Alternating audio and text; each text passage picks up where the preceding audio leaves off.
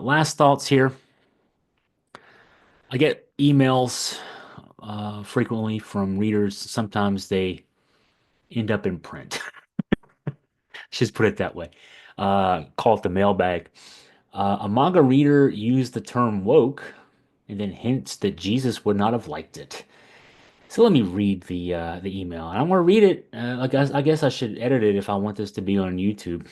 So I'll be careful here. The reader, whose name is Jack Cawthorn, wrote to say, just wanted to touch base with you regarding the coming consequences of November 5th. Finally, all this BS the lunatic left has been propagating on the citizens of this great nation is being called into question and highlighted in spite of gaslighting people like yourself have subjected rational people to.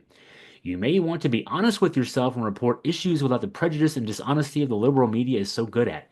People are smarter than you think. The woke agenda y'all support and defend is not the American way. And on a personal note, I'd encourage and pray you get to know and understand Jesus and the mindset he has laid out for his people to thrive in this life and the life to come when we leave this existence. Again, this is a guy named Jack Cawthorn. And my response, and I'm sharing it here, the low-income white MAGA folks who voted for Donald Trump will be the ones who feel the consequences. They'll be the ones who lose their health insurance when he follows through on his promise to end Obamacare. And they'll be the ones who will feel the pinch of higher prices when he follows through on his silly promise to jack up tariffs. As for my reporting, I'm going to continue to be honest with myself and report the truth, which is something that you may want to become better acquainted with. The woke agenda that you can't even define is about making sure that everyone has an equal shot at being the best people they can be. And we all win when everybody can be the best person they can be. You seem to want just God-fearing white folks like yourself to be the best people they can be. That's what MAGA is all about, right? The sooner you, I'm talking to Jack Cawthorn here, but anybody else out there that needs this, go for it. You need to come to a reckoning that the Jesus you think you worship wasn't a white guy, because he wasn't. Jesus wasn't a white guy. He wasn't white European. He was a Middle Eastern Jew with brown hair, brown eyes, and brown skin.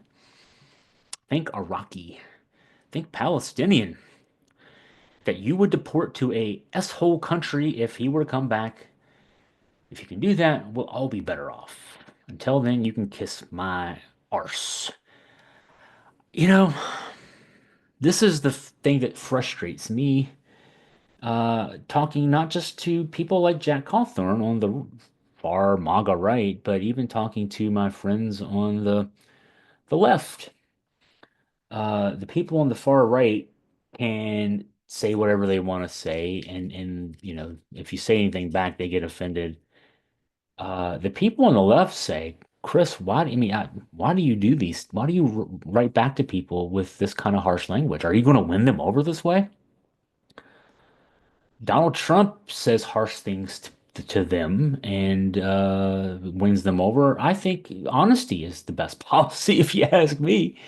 I've been writing a lot the last 2 weeks about how let's just say it what it is. When you look at the exit poll numbers, this election was won for Donald Trump by white voters in general, white male voters getting a little deeper down, white voters without college degrees, white voters who make under 50,000 a year, uh, folks who are going to be affected the most voted for Donald Trump. They're going to be affected when Obamacare is taken away. And you're going to see tens of millions of people who only have health insurance because of the marketplace created by the Affordable Care Act go off the rolls. I'm someone who, I'm doing great now financially, but as of just a few years ago, 5 or 6 years ago, could not afford health insurance. I own a small company. Uh, it's grown, in the last 5 or 6 years, but we could not afford health insurance, just my wife and I, for ourselves because it was hard to get into a pool and make, do anything with it. And that was 6, 7 years into Obamacare. Our financial situation's improved and also the marketplace has improved. And we're going to be fine now, no matter what happens with Donald Trump and Republicans wanting to get rid of Obamacare without a replacement for it, with concepts of a plan. But there are going to be a lot of people who aren't going to be in a great place. And a lot of those folks are going to be people who voted for Donald Trump. Um, Funny thing is, the people who are going to fight for those people are going to be people like me, who are going to say, look, you didn't vote for us, but, somebody needs to look out for you, and it's not going to be the people you voted for. I don't know if Jack Cawthorn is going to fit into this realm or not, if he's going to be one of those folks or not, but, you know, I think it's important that we do stand up for folks. As far as, this is where it gets difficult. I mean, if there's anything that I think Democrats do wrong, I'm not going to say, gosh, we look our noses down, because I look our noses down at people because I don't. Um, it's hard for me to look my nose down at anybody. I was born to teen parents, grew up in poverty, grew up in a trailer park, lived a lot of my life in it. I didn't live in my first house until I was 35 years old. And that was a house that I was renting. I didn't own my first house until I was 39. I'm 53. So the bulk of my life was spent either in trailer parks or apartments or, you know, situations where you had to count every penny, uh, you know, to make ends meet. And that's never going to go away from me. I grew up eating ketchup sandwiches for dinner a lot of nights, because we had bread and we had ketchup. You didn't always have something to go on the bread other than the ketchup. I still have a hankering for it sometimes, more times than I'd like to admit. There are times I miss living in a 12 by 60 trailer. I mean, I live in a 3,500 square foot house now. I miss a 720 square foot trailer that, I mean, literally, you could almost touch both ends, it felt like, uh, when you stood in the middle. I'm, you know, So that's I'm not the only Democrat who comes from humble background like that. Um, there are plenty of folks on both sides, and plenty of Democrats certainly who've never known struggle, and when they're trying to reach out and help, that they're trying to reach out and help. They don't really understand what they're doing, but they want to help, and I think anybody who wants to help should be welcome in to help. But I can understand some of the folks I grew up with, lived with for the first 39 years of my life, saying, you're looking down your nose at us. We don't need your help. I can understand that. Uh, I grew up, it was, where I lived in Augusta County, north of Waynesboro, my little town, unorganized, unincorporated town called Cremora, Virginia. We were a lot of us lived in trailer parks. And those of us who didn't, there were a lot of, lower income housing. I mean, a lot of us, I mean, there were a couple subdivisions on the other side of Cremora that where the kids were a little better off, but the bulk of us, our elementary school, which is long since closed, I think it closed 35 years ago, or more. Um, you know, 2/3 of us, of the 300 or so kids in that school, were the poor kids, working class kids, and then the next school over was. It's the name of it's UK Castle. Now those kids all go to school together. I'd love to know the dynamic now. I really would, of how the Kimura kids, they've been going to, that community's been going to that school now for 35 years. Probably no, there may not be a dynamic. I know when we were going to school, there was a dynamic whenever we played Little League baseball against each other. We wanted to beat the kids from the suburban, upper middle class school. That's the UK Castle kids. Then they were the rich kids as far as we were concerned. They were the kids who, uh, they lived in nice houses and we lived in trailers, and we wanted to beat the socks off of them on the baseball field. And we did enough. We did enough to do that. We were pretty good. And then going to high school with those kids, I was, of my seventh grade elementary school class going into eighth grade, then in high school, we didn't have middle school back in that day and age. Unfortunately, there weren't too many kids from my seventh grade class who went into the college track classes. So it was weird for me because, here I was. I mean, it ended up being my high school class is salutatorian. Um, so good student, right? But all my classmates were those kids who were from those upper middle class homes. And I felt it, man. I felt the I felt being poor. That's the first time in my life. When I was a kid, just with the other poor kids, we didn't. None of us felt poor. But when I went to high school, I definitely felt the class struggle.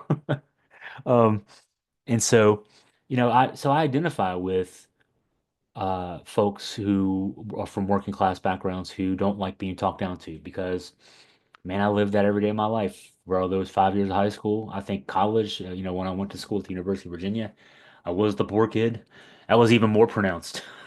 All my roommates in first year at UVA were from Richmond and Northern Virginia and New York. I mean, man, I was, I was a sore thumb, man, sticking out. And so, yeah, I can identify with that. Um, I can identify with that feeling. But here is why, 40 years later, 30 years later, at the age of 52, I am still of the mindset that the way that liberals and Democrats see the world is the way to go. Um, the only thing I got wrong, problem with Obamacare is that it didn't go far enough. Let's go with universal health care. I had a aunt and uncle who had I've told this story before, probably recently, who had a kid who was in a bad car wreck and suffered serious head injuries, and it caused permanent damage. And the father, my uncle, had good health insurance. He worked for the city of Stanton. He had great health insurance. It still bankrupted them. And, we're the only industrialized country in the world where uh, a car accident leading to health issues can bankrupt you. The others that have universal health care, that's not something you have to think about. Um, we should not have to think about that. Healthcare should be equal to all. And I don't know why we settle for less than what we settle for. It would make us all better off, and it would make us better people because we wouldn't have to worry about. I mean, I've got a buddy sitting in a hospital right now, waiting for a heart transplant.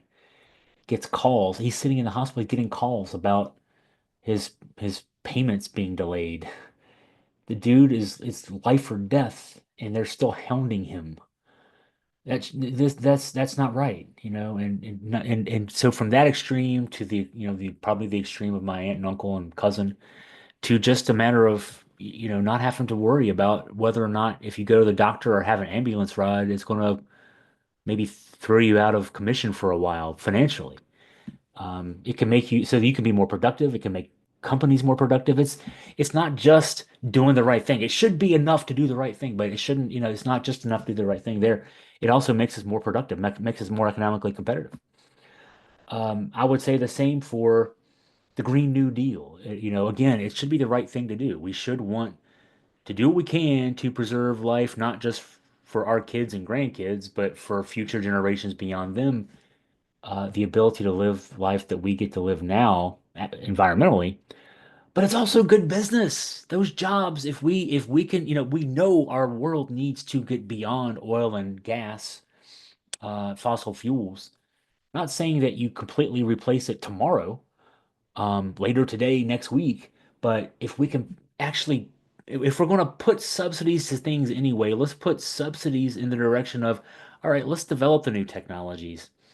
Let's then be the leader in implementing those tech. Let's build the stuff, sell to the world.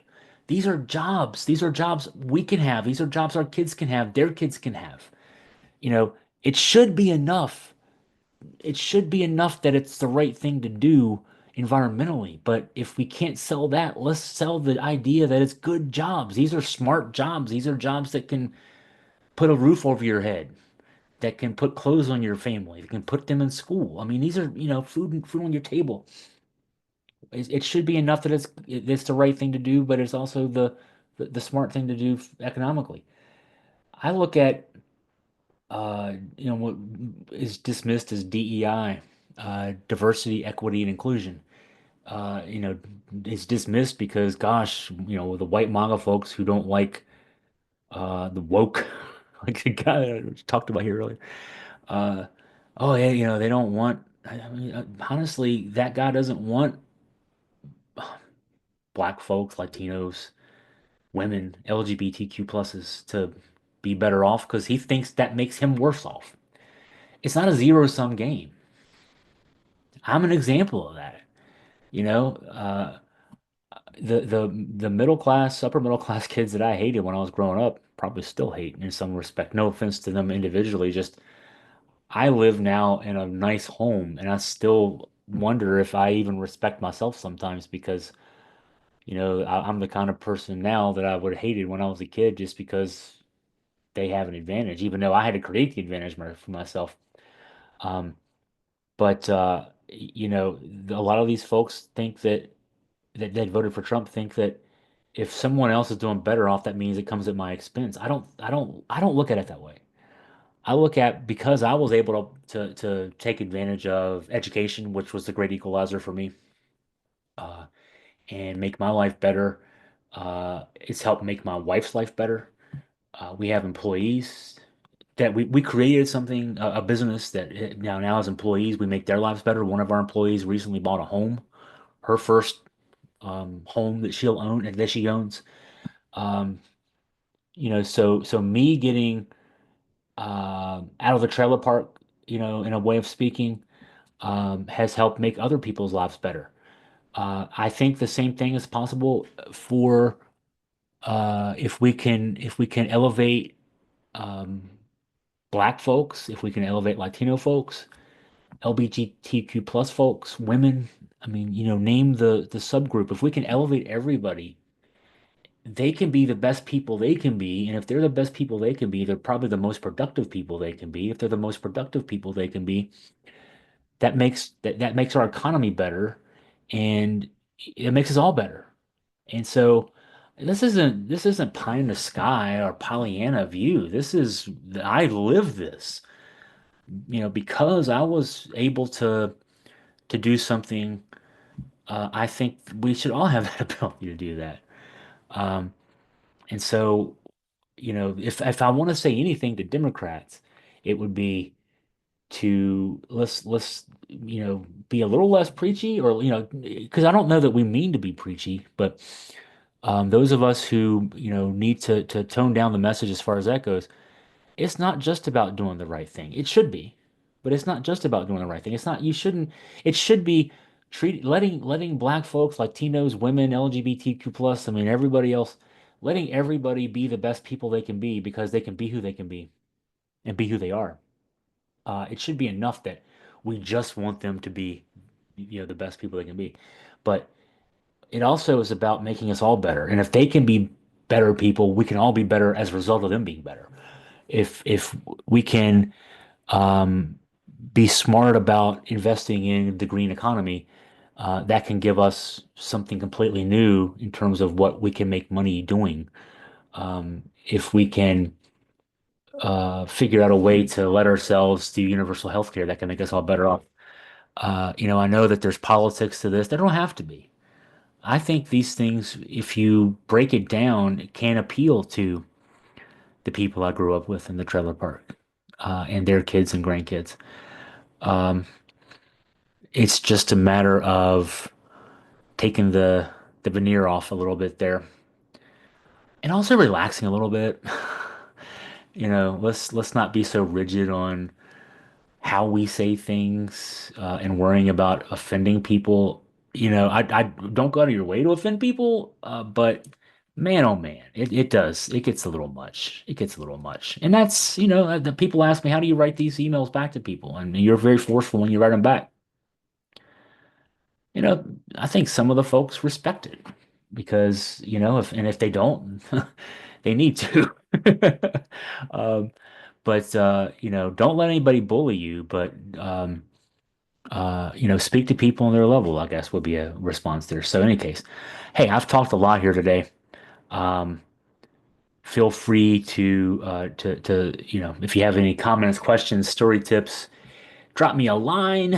You can go to augustafreepress.com and read all the stuff that we write on a regular basis. But also, if you want me to hear from you, email me at chris@augustafreepress.com. And man, oh man, looking forward to not snow here in a couple of days in Virginia. It's getting ready to be Thanksgiving. Looking forward to some turkey. There's a lot of good basketball coming up. I'll do a sports podcast here in the next day or two. We'll get you ready for UVA basketball playing in the Bahamas. Wish I was there. UVA football with two chances to get into a bowl this weekend. SMU will get you ready for that. So, any case, hey, it's been good talking. Thank you so much for your time. And again, love to hear from you. Chris at AugustaFreePress.com.